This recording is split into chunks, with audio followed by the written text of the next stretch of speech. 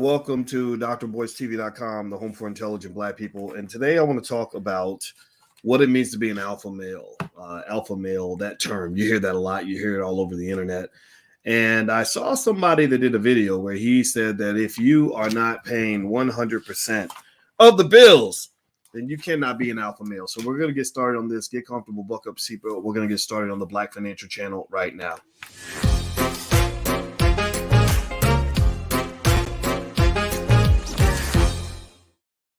Hey, what's going on, guys? Welcome to the Black Financial Channel. This is theblackfinancialchannel.com. My name is Dr. Boyce Watkins. I'm your friendly neighborhood finance professor.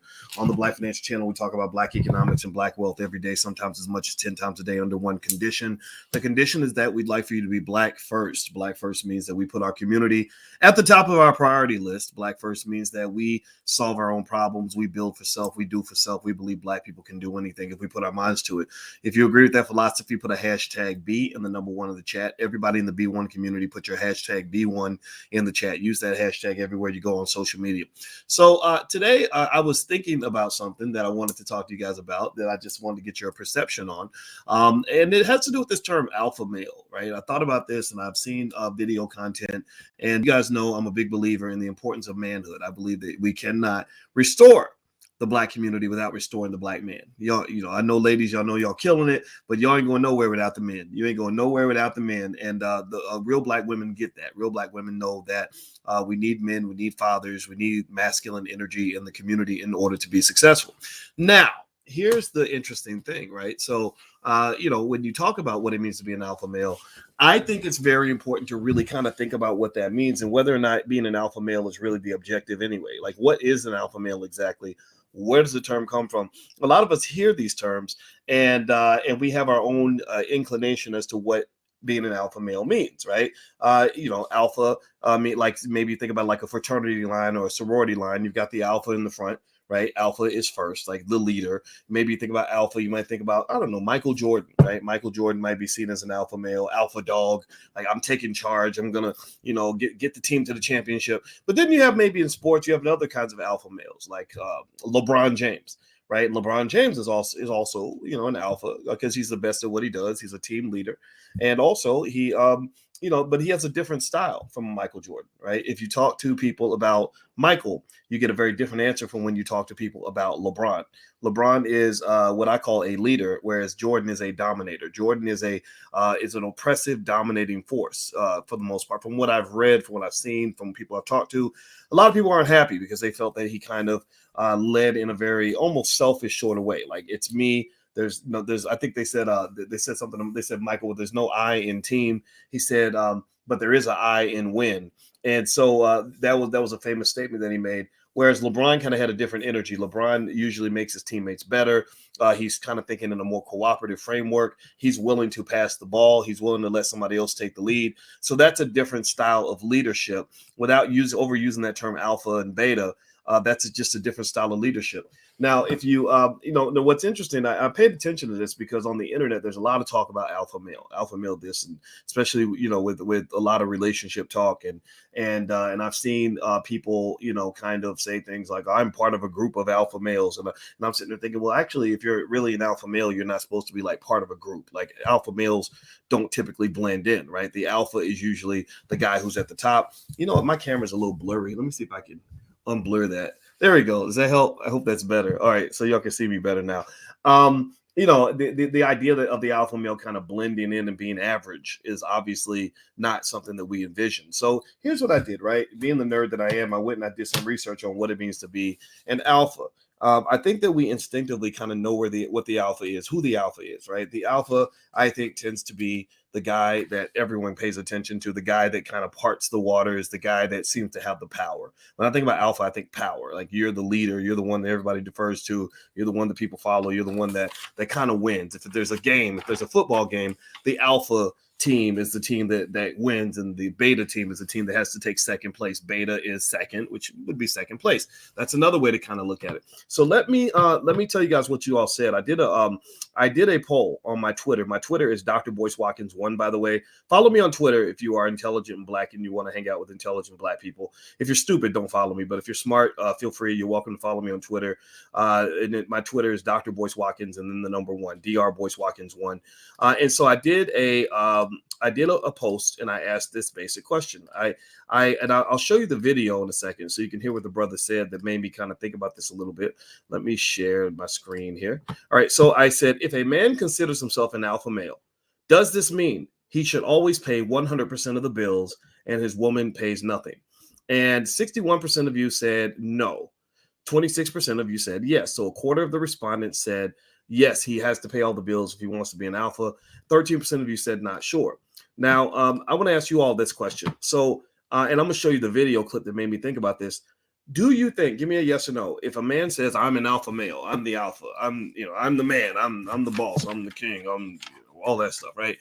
Do you think that means that he's required to cover all the bills? Like, let's say that he says, I'm the boss, but my wife pays 50% of the bills, or I'm the boss and my wife pays more because she makes more money than me. What do you think? I mean, do you think that yes or no? Can he still call himself an alpha, or is he not an alpha anymore? Is he a beta now that he's letting the woman kind of cover half the bills and stuff like that? What do y'all think? Yes or no? Yes, he's an alpha. Yes, he can still be an alpha. No, you wrote yourself out of the alpha book by letting your wife pay half the bills. All right.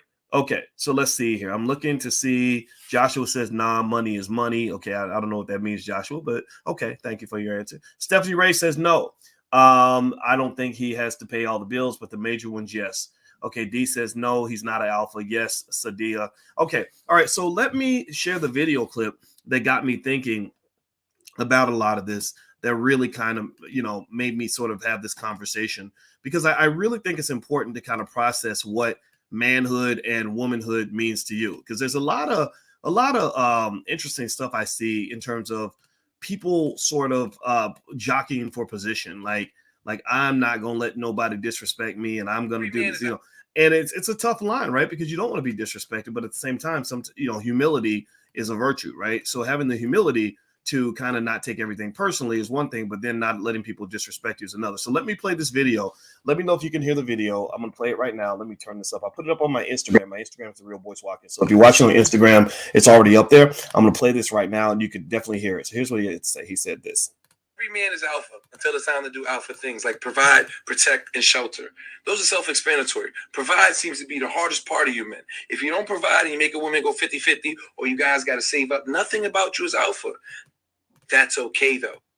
Okay, so let me play it again. Every man is alpha until it's time to do alpha things like provide, protect, and shelter. Those are self-explanatory. Provide seems to be the hardest part of you men. If you don't provide and you make a woman go 50-50, or you guys got to save up, nothing about you is alpha. That's okay, though. Okay. All right. So he says that if your woman's going 50-50, nothing about you is alpha. What do you think? What do y'all think? Do you think nothing about you is alpha if you go 50-50? What do y'all think? Give me a yes or no. Do you agree with what he said? Do you agree or disagree? Type agree or disagree in the chat if you agree or disagree with what he said. Let me know. All right. Without money, you hold no status. Okay, that's an honest point of view. Okay, disagree. I agree. All right. Let's see here. Let's see. Stephanie says that's the video I had in mind. I'm not saying he's less than a man. He's just not an alpha man. Okay. So alpha is spending even though she has money too. I don't think so. Disagree says Cleveland Blaze. Tiara says I agree. Janet Jenkins says I agree. All right. So why am I bringing this up? Well, because you guys know my background is financial, not just finance, but financial psychology, right? And the first book I ever wrote was actually called Financial Lovemaking. I wrote it back in 2006, and it was basically all about how money shifts relationships, right? And I interviewed so many people. I interviewed a lot of people, and I remember noticing in particular two things. One, a lot of men, and myself included, define ourselves based on whether or not we have money. Like when a man has money, literally it affects your brain the way cocaine affects, the way a drug affects your brain. When a man has money, he's more confident. You ever see when somebody takes a drug or they get a drink, they got to drink in order to be more confident. Well, money does that. Money gets you high. Money gives you it makes you feel like, okay, I'm the man. Let me buy up the bar. And then you start seeing what really, if they were animals in the wild, these would be mating calls, right? Like, I'm going to now be the loudest guy. I'm in the club. I'm going to buy bottles for everybody, right? And those are things that are, I think, encouraged heavily throughout the culture, right? You look at hip hop culture, it's all about throwing the money up, buying up the bar, buying $350,000 earrings, and then putting it on Instagram. Hint, hint. If anybody saw that video, and it's interesting, right? Because if you recall, now what I'm making reference to is I talked to my friend who's a rapper, D1, and D1 mentioned to me that there was a guy, YK Osiris, I think that's his name, who spent $350,000 on some earrings, and he was talking about it on Instagram. So Chad Ochocinco, who also might be defined as an alpha male in his own right, because he's one of the greatest football players of all time. He's made millions of dollars. He says that he's still filthy rich. He comes back and says, I got those same earrings for $10 at Claire's, right? So you shining and I'm shining just like you, but you drop 350 grand to the white man to pretend like you're an alpha. And because I know that I'm an alpha, I don't need to go give away my money in order to prove that. I'm going to go buy the $10 earrings at Claire's and prove my alpha status money in the bank. You follow what I'm saying? Right? Like, and it's okay. It's an age difference, right? There's a difference between thinking that you are the leader versus knowing that you are the leader, right? I want you to pay attention. When you're talking about sort of thinking you're the leader or thinking that you're the alpha, it's like a process where you have to consistently prove to yourself and to others that you're the alpha, because maybe deep down you're not really sure. So sometimes being loud and boisterous and doing things to show alpha status is a way of saying that you're not sure that you have alpha status. Like, I'm gonna grow a beard, I'm gonna get a big chain, and I'm gonna make sure everybody sees. I'm gonna go and I'm gonna floss. I'm gonna have diamonds. I'm gonna be shining on my wrist, right? Because I want you to know I have a certain status, right? And then what's interesting though is that if you go look at people that really have like heavy duty status, like heavy power, they don't really have symbols of power around them. Because they know they have the power if they need it, right? It's like the kung fu master who doesn't go around kicking anybody's ass. He's the one who doesn't want to fight anybody because he knows, look, if you fight me, I'm going to kill you, right? Mr. Miyagi. Anybody remember Mr. Miyagi from Karate Kid? Mr. Miyagi was never looking for a fight. Mr. Miyagi was like, can't we solve this in some other way? Because I don't want to have to dominate you in order to prove to you that I am the dominant person in this relationship. How about we become friends? And then that way we can avoid all of this altogether. Because if you push me too far, it's going to be very unpleasant for you, and I'm going to be a little bit sad because I just had to whoop your ass, right? So to me, what I saw with Chad Ochocinco versus the YK Osiris guy is I saw the immaturity, the insecurity that comes with immaturity, and the insecurity of immaturity. I saw, because to me, the idea that I'm going to prove my status to the world by giving $350,000 away to white people, that doesn't add up. That doesn't make a lot of sense when you talk about having a strategic plan in order to achieve certain goals. But that's something maybe he'll grow into. And I think that he's probably right to be offended that Chad Ochocinco kind of dissed him a little bit online. And some young people take that the wrong way. They don't take that as advice. They don't take that as wisdom. They take that as, oh man, he's trying to humiliate me. He's trying to front on me, right? And I don't know how he's going to take that, but it is what it is. Now, here's what I will say in that light. First of all, do me a favor, hit the thumbs up button. Thumbs up, share, subscribe if you haven't done it yet. And also boycewatkins.com is where you can go. We have stock market investing class tomorrow. If you want to join us, just go to boycewatkins.com. If you're on Instagram, the link is in the bio. You can do a free trial. Leave me your questions now, and I will answer your questions tomorrow in class. So just leave them in advance, and I'll research it, whatever. You want me to look into a certain stock for you, whatever it is you want me to do, we can cover all that in class. So here's what I found when I looked up this alpha male thing. First thing I can say is this. If you talk about just generally from best practices, my wife's a relationship therapist, and she's smart and powerful in her own right, and she had her own money and I have money, and we came together. We didn't come together in a dominator kind of position. It was more like she's doing her thing, I'm doing my thing, I support her, she supports me. That's totally okay with me. And one of the things that I have observed in relationships in general is that different people have different views of gender roles, right? So if you're talking about the financial interaction between two people, the reason I think that your answers were all over the place in response to this is because for some people, your economic contribution is extremely important. If somebody is in a situation where economics is their weakness, like their money is tight, then they are going to evaluate you based on whether your money is strong, right? A woman who is struggling, and actually, statistically speaking, it's real interesting. On one hand, Black women are killing it, starting more businesses than everybody else, got more free cash flow than everybody else, have more education than everybody else. But on the darker side of that, the lowest net worth in America, actually, the lowest median net worth in America is that of a single Black mother.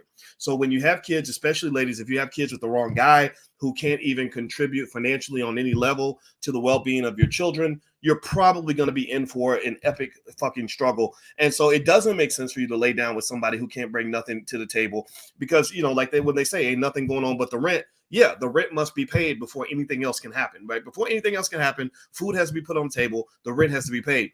And so what I have observed actually is situations where because you decide your gender roles in specific relationships, the roles change based on who's bringing what kind of economic strength, right? So if you have let's say you have a man that has money and he's with a woman that has money. I'll just use myself and Alicia as an example. Because we live in a household where money's not an issue, it doesn't matter who pays. We don't even keep track of that. Like I can't impress my wife by paying for everything. I just can't. I can't be like, hey baby, look at I'm shining, girl. Let me pay that tab, girl. Let me buy up the bar, girl. All y'all hoes, watch me buy up the bar. I can't. That doesn't work.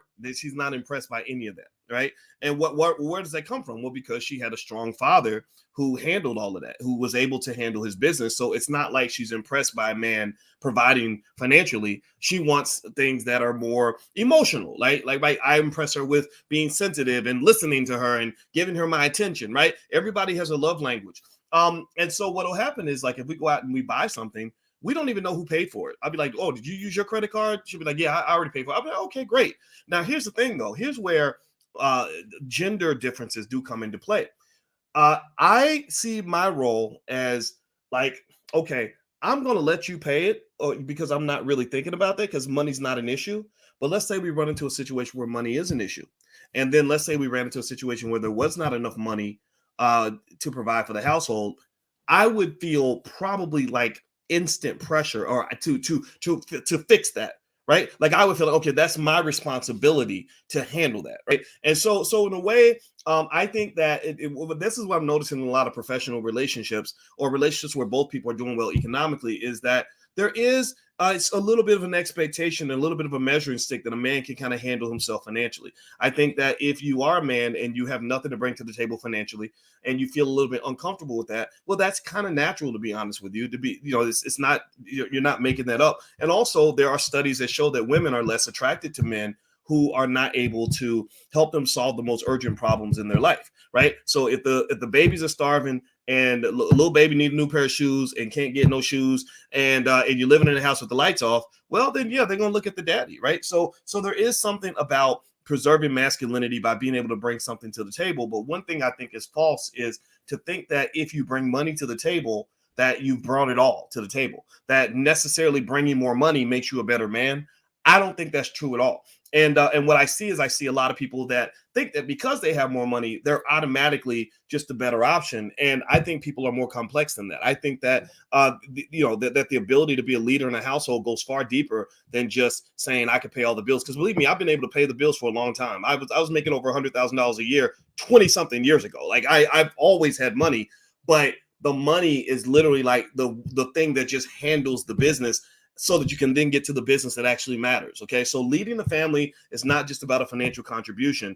And I encourage men to really just kind of consider that. Now, if you talk about, if you want to go deeper into this alpha male terminology, let me give you, there's an article in the Greater Good at berkeley.edu. So it looks like it's an article written at Berkeley University. I don't know who wrote it. I'll dig it up.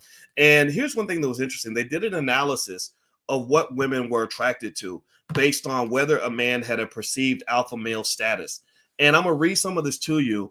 and just kind of break bits and pieces. It's a long article. It's at the greatergood.berkeley.edu if you want to go, if you're into like smart stuff. And so it says, in terms of non-dominant adjectives, the biggest winners that women were actually attracted to were terms like confident.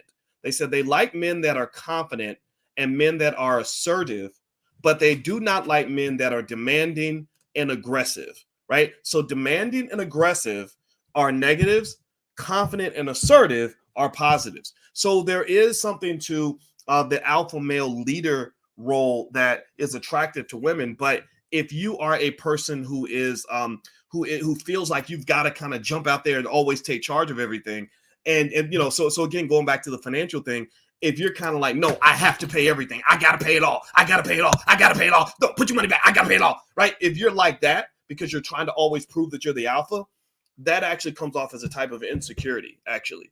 And so what they find is that the confident male, the one who says, you know what, I could pay it, but you know what, you go ahead and pay it, that guy is actually more appealing than the guy who's like constantly trying to prove his manhood, right? If you're constantly trying to defend something, that usually means that you're afraid that of what will happen if you can't defend it, right? So ultimately, they found that that was more appealing. What else did they say? They said that things like easygoing and sensitive were extremely important to women.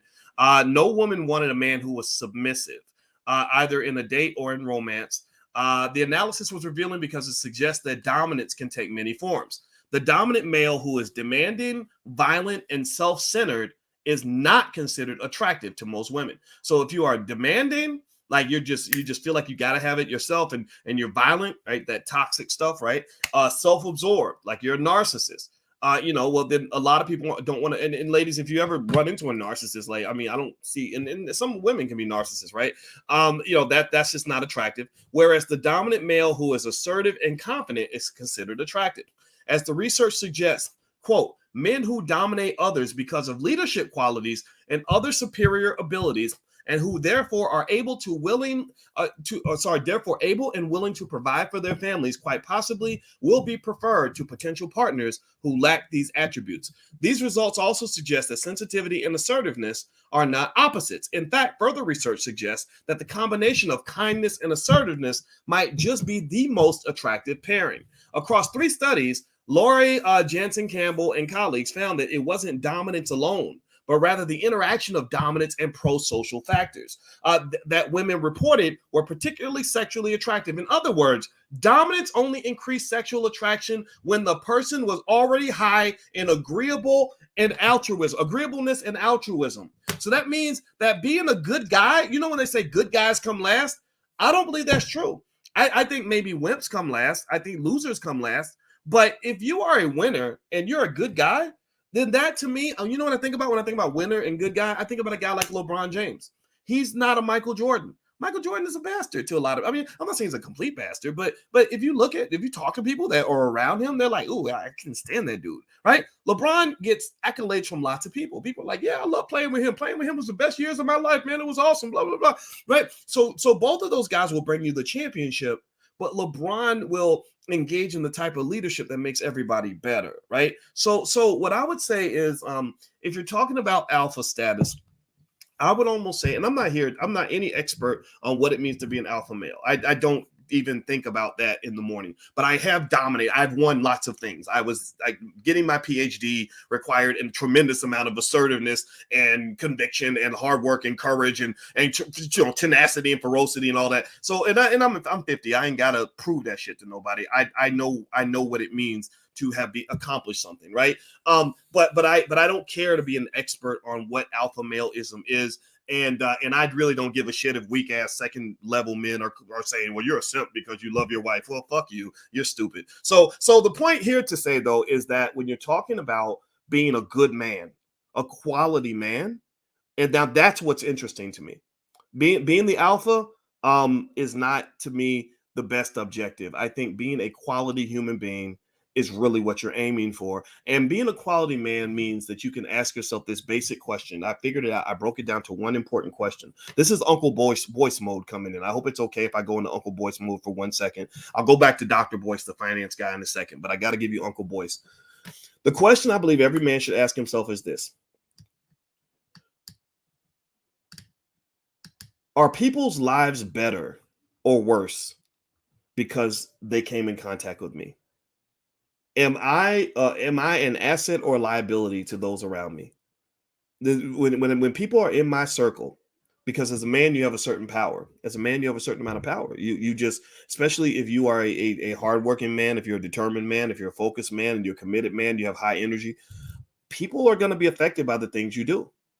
And one thing that always concerned me about, some of the Kevin Samuels hardcore like alpha male talk, like I'm gonna shut down everybody who disagrees with me. I'm not dissing Kevin at all because Kevin defended me. Actually, Kevin did a whole podcast about me. Somebody I didn't even know he did it, and he was very nice toward me. So I'm not in any way being negative toward him. But what I will say is the reason you don't see me getting on board with the whole like I'm going to dominate no matter what kind of mindset is because that kind of makes you like the biggest asshole in the room. And if you're the biggest asshole in the room, then that means you're the biggest stinkiest piece of shit in that space. And you're right. No, everyone's gonna respond to you, and people are gonna want to walk away from you. Like you can't build a family around that. You can't build community around that. You can't build genuine, relevant, and meaningful power around that. Sure, sometimes it's required for people to fear you, but also it's okay to also create a space where people can love you, right? If people can love you, but also understand, that you're going to handle your business, then I think that's more ideal than simply saying I dominate because I kick everyone's ass. And if you disagree with me, I'm going to out yell you. I'm going to make you feel like shit. I'm going to make you feel like dirt. I'm going to tell you that you're going to die alone if you don't listen to me. I'm just, that bothers me. That bothers my soul. That doesn't sit well with me. That does not sit well with the kind of energy, the kind of cooperative energy that we need as Black people to build up each other, to build up our children, to build up our community, so we can go fight that white man. Because racism is a team sport. Wealth is a team sport. All these things are team sports, and you cannot compete in a team sport when everybody wants to be an alpha male ball hog. Right, the alpha male persona. Russell Westbrook, that's an example. He plays in the NBA. Russell Westbrook is an alpha dog. He always wants the ball. He always wants to shoot. He always wants to score the most points. He always wants to get the triple double. And guess what? Russell Westbrook ain't won one goddamn championship and will probably never win one for his whole entire career. Why? Well, because you have to have some degree of cooperative nature in order to win. Even Michael Jordan, just going with the sports analogy, again, using another alpha example, Michael Jordan was, until he learned how to be a better teammate, he wasn't able to win. If you remember Michael Jordan in the 1980s, Michael Jordan was the ultimate alpha. He would snatch the ball from you, yell at you. He scored all the points. He would demand the damn ball. And every time he would get defeated by a team, the Pistons would come along and say, we're not trying to be alphas. We're trying to be teammates. And as a team, they always kicked his ass. It wasn't until Michael Jordan learned how to be a teammate that he was able to overcome the Detroit Pistons and win his first championship. Does anybody remember that? Anybody old enough to remember what happened? If y'all youngins who don't know, go back and look at the archives. Watch Michael Jordan's first career for the first 7 years. He was very frustrated because being the alpha and being the solo, he was never able to win anything. But once he learned how to be a great teammate, he learned how to pass the ball. He learned how to play defense. He learned how to widen his game out and get everybody involved. Then he was able to win. So my advice to anybody that's listening, and I don't know everything. I'm not an expert on nothing. Maybe I'm an expert on some stuff, but I'm not the be all end all. I would encourage you, if you want to learn how to win, learn how to be a great teammate. Be strong, be assertive, be confident, but also be emotionally intelligent. Learn how to bring the best out of other people. Be a good person. Assholes don't win. I believe at the end of the day, assholes always get what they have coming. They think they're winning in the beginning, and then eventually the community comes together and shuts the asshole out of the building. Don't be the asshole that people have to shut out, because that's not a happy life to live. All right. So anyway, I hope that helps. That was my 2 cents. Those are my thoughts. Take it or leave it. And by the way, don't forget, tomorrow we're doing stock market investing class. So if you want to come in 11 a.m. Eastern every Tuesday, that's when we meet. You can ask me questions, send your questions in advance. And you can do a free trial, actually. The whole first month is free. So go to boycewatkins.com, and the link is right there at the top. Or if you're on Instagram, the link is in the bio. So feel free to take a look at that. Also, actually, speaking of family stuff, my wife, is a licensed therapist, and a full professor of social work. And we're doing a class called the Drama Free Family. And we noticed a lot of people have baby mama, baby daddy drama, dealing with parental alienation, dealing with crazy child support issues or whatever. So basically what we did is we did a deep dive intensive. It's going to be a weekend long digital retreat. So you can join from anywhere in the world. It's going to be December 5th. And so if you want to learn more about that, you can go to thedramafreefamily.com, thedramafreefamily.com. And that's where we talk about how to communicate properly, how to connect with the kids in a certain way. Just all the things that you run into with family. We covered a lot of that. So feel free to go take a look. It's thedramafreefamily.com. I'll put the URL on the screen if you want to go take a look. And we're going to do that next weekend. It's going to be all weekend long. All right, guys. So take care. God bless you. I hope you have a wonderful day. And I will see you soon. Take care. Peace.